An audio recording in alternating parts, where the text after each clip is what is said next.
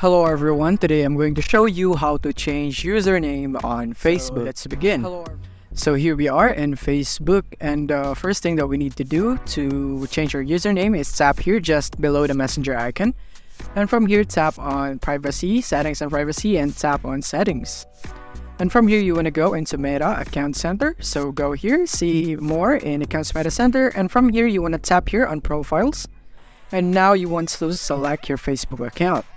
And from here, you want to go for username, tap username, and now you can change your username right here.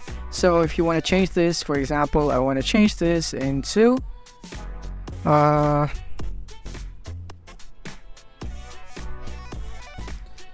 maybe like this one right here. And as you can see, it's available. So tap on done once it's available, and now I have successfully changed my username on Facebook. If you found this video helpful, don't forget to like and subscribe to be updated on our new uploads.